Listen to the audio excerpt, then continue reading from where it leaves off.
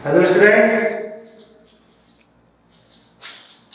Class 9 lesson 8 गति motion का lecture 1। पहली टॉपिक दूरी।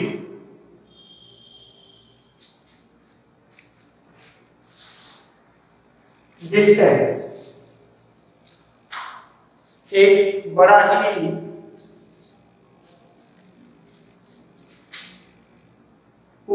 ज्यादा उपयोग किए जाने वाला शब्द है। आप अक्सर इस शब्द का प्रयोग करते हैं कि घर से दुकान कितनी दूर है, स्कूल कितनी दूर, स्कूल की दूरी क्या है,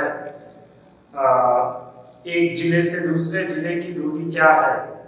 तो एक बड़ा ही अच्छा शब्द है जो हमारे दैनिक जीवन में लगभग सभी व्यक्ति अक्सर प्रयोग करते हैं। तो दूरी क्या होती है? दूरी से पहले आप एक और राशि जानते हैं जिसे कहते हैं लंबाई। ठीक है, आप एक और राशि पहले से जानते हैं जिसे आप कहते हैं लंबाई। ठीक है, लेंथ। ठीक, ये मूल राशि होती है, मूल भौतिक राशि है जिसको मापने के लिए आप अलग अलग मापों का प्रयोग करते हैं। जैसे कुछ लोग मीटर का प्रयोग करते हैं, ठीक है, कुछ लोग मीटर, किलोमीटर। ठीक है, ये तो एक ही राशियां हैं, छोटी बड़ी एक ही प्रकार की। कुछ लोग फीट का प्रयोग करते हैं, आप फीट से भी दूरी मापते हैं। जैसे मान लीजिए आपसे पूछा गया कि आपके घर की दीवार की लंबाई कितनी है, तो अक्सर लोग फीट में बताते हैं। और अलग अलग प्रचलन है। दूरी पूछी गई, सड़क पे कितनी कोई दूर है, घर से स्कूल कितना दूर है, तो उसको किलोमीटर में बताते हैं। और एक और प्रचलन में मात्रक है मील। ठीक है, जो पश्चिमी देशों में, ब्रिटेन वगैरह में ज्यादा प्रचलन में रहता है। तो इस प्रकार लंबाई एक मूल मात्रक है जिसकी कई मात्रक आप जानते हैं। जो सबसे ज्यादा हम प्रयोग करते हैं अपने अध्ययन में, पढ़ाई में, वो मीटर है। तो मीटर के बारे में आप जानते ही हैं। मीटर एक मूल मात्रक होता है लंबाई का, और इसके बड़े मात्रक हैं। आगे जाएंगे तो आप किलोमीटर, और इधर होता है मिलीमीटर। ठीक है, तो ये रहा लंबाई के। हम यहाँ लंबाई नहीं पढ़ रहे हैं, हम पढ़ रहे हैं दूरी। तो दूरी की परिभाषा देनी है। कैसे देंगे? दो बिंदुओं के बीच की पथ की लंबाई को दूरी कहते हैं। आप कहीं क्या लीजिए दूरी और लिखिए दो बिंदुओं के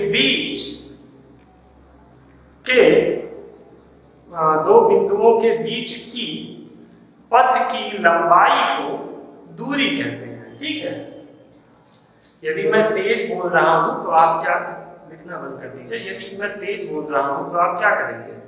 वीडियो रोक दीजिए, पॉज कर दीजिए, परिभाषा लिख लीजिए और उसके बाद फिर से वीडियो ऑन करेंगे। यदि मान लीजिए मैं कुछ लिख रहा हूं और जल्दी से मिटा दिया तो आप परेशान नहीं होंगे। जब पूरे बोर्ड पे जब लिखा हुआ है तो आप वीडियो रोक देंगे, पूरा नोट कर लेंगे, फिर आगे बढ़ाएंगे। अनावश्यक रूप से समय नहीं दिया जा सकता क्योंकि वीडियो की लंबाई बढ़ जाएगी, जिससे हमारा और आपका दोनों लोगों का एमबी ज्यादा खर्च होगा, नेट खर्च होगा। ठीक है, तो मैं ये बता रहा था आपको, दो बिंदुओं के बीच की पथ की लंबाई। मान लीजिए ये बिंदु ए है, ये बिंदु बी है, बिंदु है, घर है, मान लीजिए घर है, ये स्कूल है। तो दो कई रास्ते हो सकते हैं। मान लीजिए कोई सड़क इस तरीके से है, मान लीजिए ये है सड़क, ये है सड़क। ठीक, तो कोई लड़का ऐसे गया, कोई लड़का, मान लीजिए ये बीच में खेत है पूरा, ये पूरा खेत है, ये भी कोई लड़का खेत से ही होके चला गया, तो सबके लिए अलग अलग हो सकती है। इसमें कौन सा रास्ता, कौन सा पथ चुना, उसकी दूरी उस पर निर्भर करती है। हो सकता है कोई यहाँ से पहले चौराहे पे गया हो, चौराहे से दूसरे चौराहे पे गया हो घूमते हुए, जैसा कि आप लोग अक्सर करते हैं, चौराहे चौराहे घूमते घूमते स्कूल आया हो, तो सबसे ज्यादा इसलिए चला घूमा पूरा। एक लड़का है जो सड़क होके गया, कोई है जिसको मान लीजिए बहुत जल्दी हुआ है, देर हो गई है, तो खेत में से चला आया। तो दो बिंदुओं के बीच की लंबाई, इसकी लंबाई बहुत ज्यादा है, इसकी लंबाई उससे कम है, और जो सीधे आया उसकी लंबाई सबसे कम है। तो दो बिंदुओं के बीच पथ की लंबाई को दूरी कहते हैं, पथ की लंबाई को, ठीक है। दूरी कोई निश्चित नहीं है, दूरी निश्चित है पथ पे। ये पथ दूरी कुछ और है, ये पथ दूरी कुछ और है, ये पथ दूरी कुछ और है। तो पथ के अनुसार दूरी घट या बढ़ सकती है। दूरी के बारे में आप जान गए, तो आगे बढ़ते हैं। एक और शब्द है जिसे जानना जरूरी है, वो है विस्थापन। एक और शब्द है, ये आपका पहला टॉपिक था, दूसरी हेडिंग आती है विस्थापन।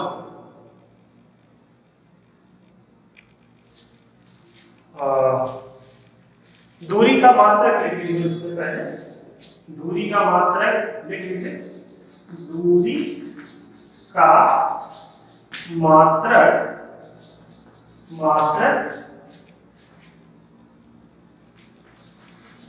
मीटर फीट मील इत्यादि होता है, ठीक है।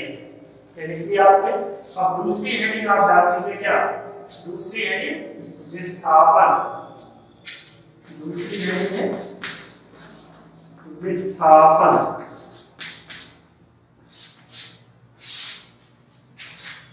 डिस्प्लेसमेंट।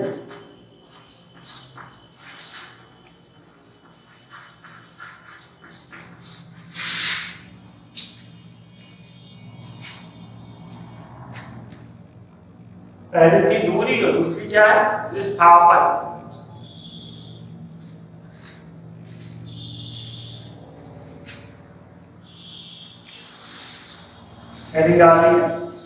पहले समझ लेते हैं। मान लीजिए जैसे मैंने भी आपको उदाहरण दिया, ये बिंदु है ए और ये दूसरा बिंदु है बी, ठीक है। मान लीजिए रास्ता ऐसे जाता है, बीच में रास्ता नहीं है या कुछ खेत है, मान लीजिए बीच में क्या है, बीच में ये पूरा खेत है, ये पूरा खेत है।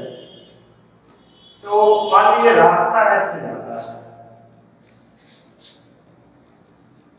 लड़का पहले घर से गया कहाँ, घर से गया मान लीजिए किसी चौराहे पे, यहाँ से फिर एक रास्ता है जिससे वो कहाँ जाता है, स्कूल। मान लीजिए ये उसका घर है और ये क्या है, स्कूल है।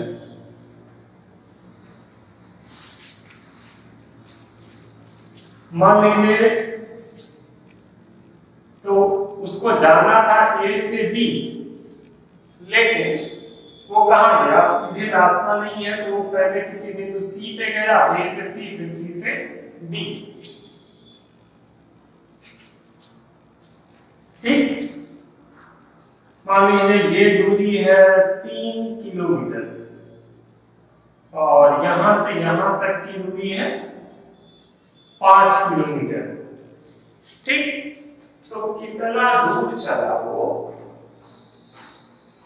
वो कितना दूर चला, उसकी दूरी क्या है, उसकी दूरी है पहले वो ए से सी पे आया तो ए सी प्लस फिर वो सी से बी पे गया तो क्या हो गया सी बी।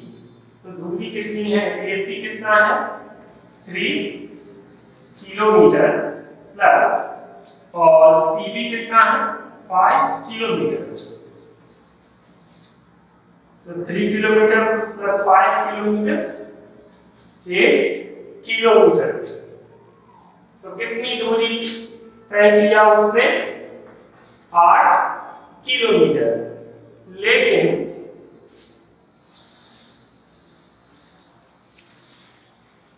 मान लीजिए कोई लड़का है जो सीधे जाता है खेत से होके दौड़ते कूदते हुए जाता है तो वो क्या करेगा सीधे कहां से जाएगा ए से बी पे। तो ए से बी के बीच की दूरी कितनी है सीधी देखिए किसी दो बिंदु के बीच आप घूमते हुए जाइए वो दूरी होती है और जब आप सीधे जाएंगे यदि आप सीधे जाएंगे तो सबसे कम दूरी तय करेंगे और किसी भी रास्ते से जाएंगे तो ज्यादा दूरी तय करेंगे। तो जो सबसे कम दूरी होती है दो बिंदुओं के बीच उसी को विस्थापन कहते हैं। दो बिंदुओं के बीच की न्यूनतम दूरी को विस्थापन कहते हैं। तो ए और बी के बीच की न्यूनतम दूरी क्या है ये सीधी रेखा। तो यही क्या है विस्थापन है। तो विस्थापन निकाल लेते हैं हम कितना यहां कैसे निकालेंगे यहां निकाल लेते हैं विस्थापन। विस्थापन क्या है AB है। अब AB कैसे निकालेंगे पाइथागोरस का प्रमेय पढ़ा होगा। तो यदि ये 90 अंश है तो 90 अंश के सामने क्या होता है कर्ण होता है और 90 अंश से जो एक भुजा लगी होती है उसको लंब कह सकते हैं और एक को आकार कह सकते हैं। पाइथागोरस प्रमेय कहता है क्या कहता है कर्ण का वर्ग बराबर लंब का वर्ग है आधार का वर्ग hypotenuse square equal to length square plus base square. तो यहां देखिए यहां पे क्या होगा यहां पे कर्ण क्या है CB कर्ण है CB स्क्वायर लंब कितना है AC स्क्वायर प्लस आधार कितना है AB स्क्वायर। हमें AB स्क्वायर चाहिए AB चाहिए तो AC को इधर ला लिया तो यहाँ क्या होगा CB square minus AC square बराबर AB स्क्वायर। ठीक जब इधर से वर्ग हटेगा तो इधर क्या लग जाएगा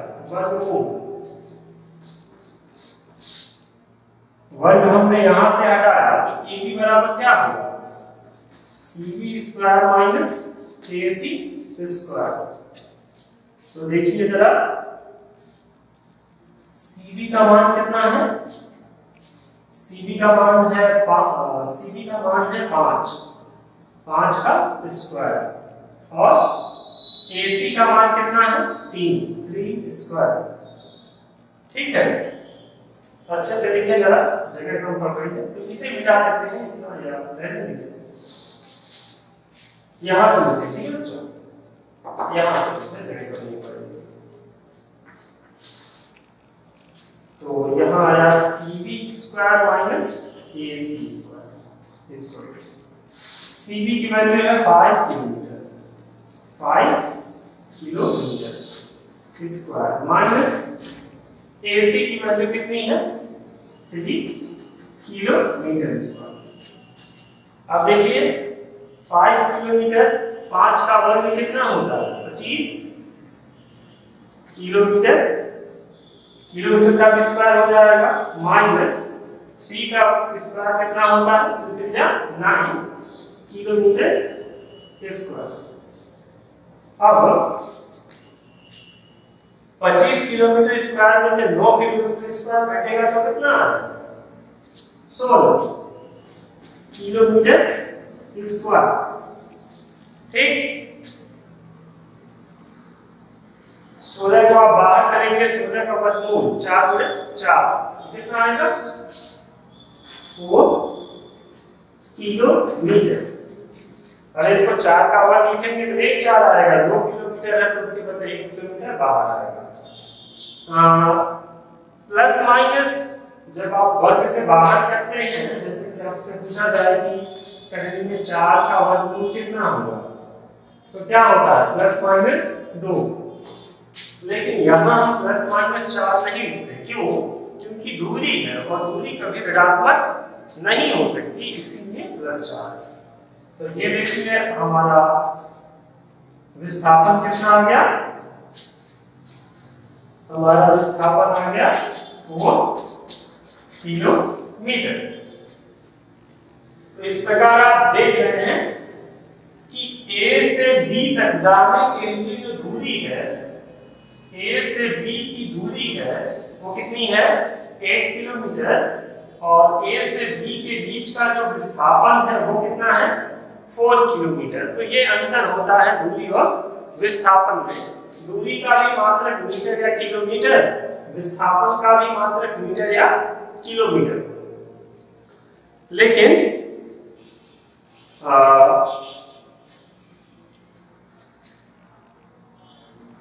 दूरी क्या होती है?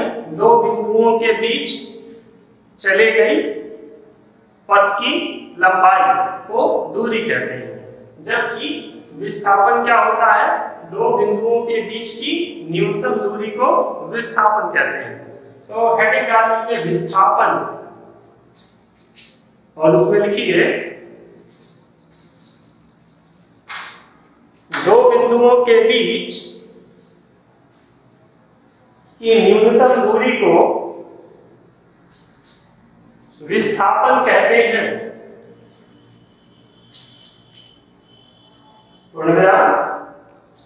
यह एक सदिश राशि है, यह एक सदिश राशि है। पूर्णविराम। नीचे लाइन में इसका मात्रक मीटर, किलोमीटर, फीट, मील इत्यादि होते हैं। पूर्णविराम। लिखना बंद करें। यह एक सदिश राशि है, मतलब हम इसमें दिशा बताते हैं। जैसे दो बिंदुओं के बीच की दूरी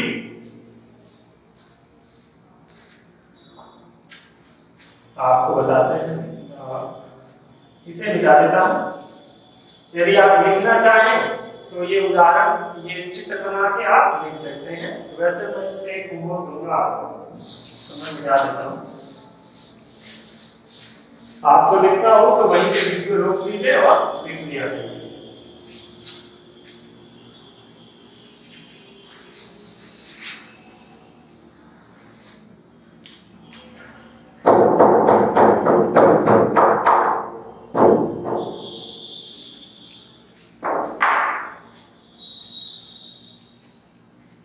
ये हो गया।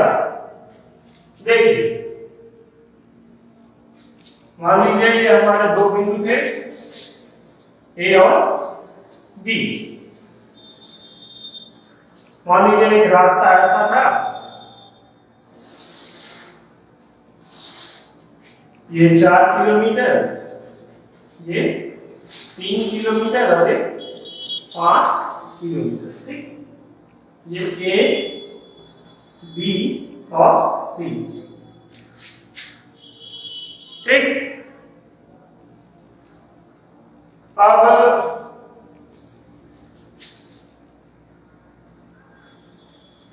ए से सी के बीच की दूरी इस रास्ते के अनुसार कितनी है? ए से बी और बी से सी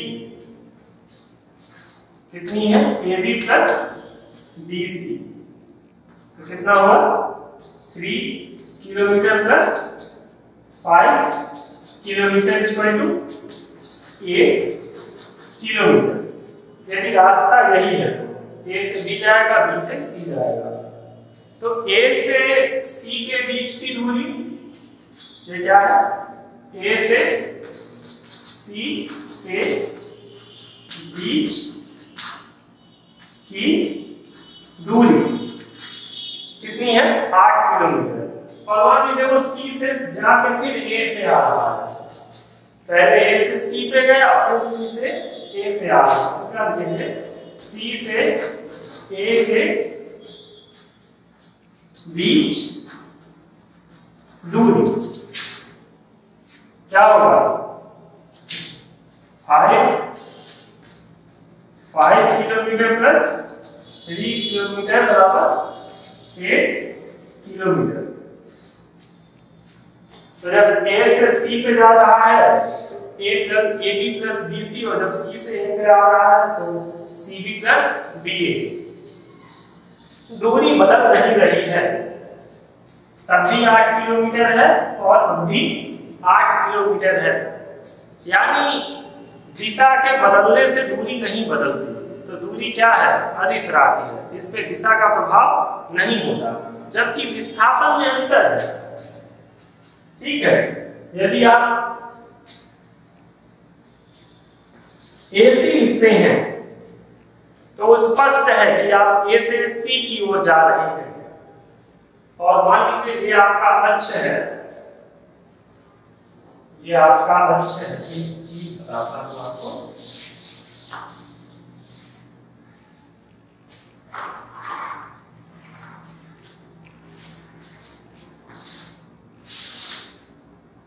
मान लीजिए वो यहां से यहां गया, या यहां, ये मान लीजिए A है, वो आया A से कहां पे आया, B पे, और B से गया C पे। ठीक, तो जब ये कितनी दूरी है, 4 किलोमीटर। तो जब वो A से C पे गया तो कितना चला, +4, और जब वो C से A पे आएगा तो उसको कहेंगे -4। तो यहाँ ये दूरी माइनस नहीं है, ये माइनस क्या, यदि लिखा हुआ है AC बराबर -4 किलोमीटर, विस्थापन AC बराबर -4 किलोमीटर, ये कहीं लिखा हुआ है ऐसा, तो मतलब वो क्या किया, ये माइनस क्या बता रहा है कि वो C से A पर आ रहा है, दूरी तो माइनस नहीं होगी, ये माइनस क्या बता रहा है, वो C से A पे आ रहा है।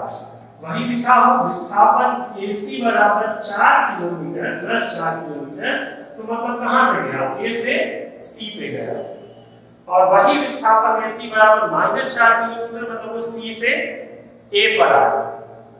तो विस्थापन आप देख रहे हैं धनात्मक भी है और ऋणात्मक भी है, इसलिए मान लीजिए जहां से चला घूम फिर के वहीं पे पहुंच गया, तो जिस बिंदु से चला था उसी बिंदु पे पहुंच गया, तो प्रारंभिक और अंतिम बिंदु के बीच की दूरी कितनी है, 0 किलोमीटर या 0 मीटर। तो विस्थापन कितना हो गया, 0। इस लेकिन दूरी 0 नहीं हुई, दूरी जैसे मान लीजिए यहाँ से यहाँ तक कितना चला, मान लीजिए 10 किलोमीटर चला, तो कितना दूर चला, जैसे आप घर से स्कूल गए और स्कूल से फिर घर पे आ गए, तो आपका विस्थापन 0 है, तो क्या आप चले ही नहीं आप चले। जैसे आपसे कोई कह दे पिताजी तुम तो कहीं गए ही नहीं, तो ये गलत बात है। मान लीजिए आप घर से 2 किलोमीटर स्कूल आए, फिर 2 किलोमीटर चल के घर चले गए, तो कितना किलोमीटर चले, 4 किलोमीटर दूरी तय की, लेकिन विस्थापन कितना है, 0 है, क्योंकि जहां से चले थे वहीं पहुंच गए। इस प्रकार हम देखते हैं कि दूरी,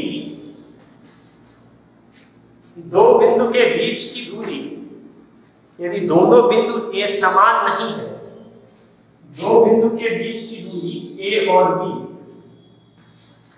दोनों बिंदु एक ही नहीं है, अलग अलग है, तो वो दूरी कभी भी 0 नहीं हो सकती, ऋणात्मक नहीं हो सकती। लेकिन विस्थापन 0 भी हो सकता है, धनात्मक भी हो सकता है और ऋणात्मक भी हो सकता है। तो नोट में लिखिए, आप लिखिए दूरी सदा धनात्मक, रुक जाइए, ऐसे लिखिए, दो बिंदुओं के मध्य दूरी सदैव धनात्मक होती है, जबकि विस्थापन धनात्मक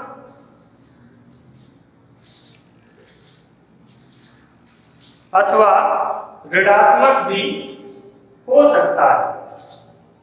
पूर्ण विराम। एक लाइन और लिखिए नोट में। देखिए,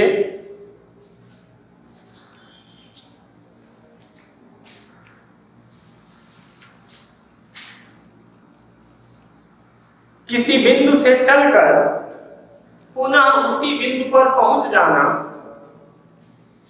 जाने पर दूरी शून्य नहीं होती, परंतु विस्थापन शून्य होता है।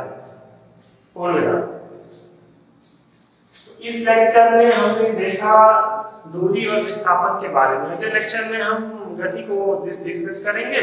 तब तक के लिए धन्यवाद। हाँ, आप इसको अच्छे से याद कर लीजिएगा। कोई दिक्कत हो तो आप कमेंट बॉक्स में पूछ सकते हैं। ठीक, धन्यवाद।